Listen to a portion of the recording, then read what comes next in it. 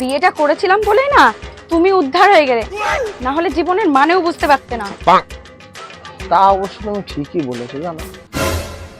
বিয়ের আগে যখন তুমি ছিলে না, ঘরের এক কোনায় পড়ে থাকতাম, কেউ এসে একটু ডিস্টার্বও করতো না, জীবনটা পুরো রিল্যাক্স ছিল একদম। তারপর রোজ বিকেল হলেই বন্ধুদের সঙ্গে নয় ক্রিকেট নয় ফুটবল খেলতে যেতেই হতো। জীবনটা একদম একদম আনন্দময় হয়ে গেছিল। তারপর মাসে এক দুদিন তো বাইরে ঘুরতে যেতেই হতো, কোনো বাধা নিষেধ ছিল না। এমনকি কারোর থেকে একটু পারমিশন পর্যন্ত নিতে হতো না। এসব কথা ভাবলেই চোখে জল চলে আসে।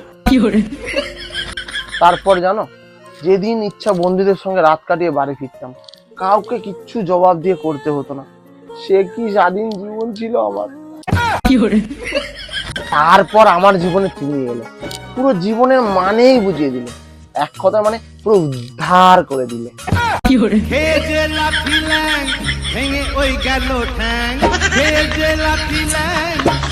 ওই গেল ঠ্যাং।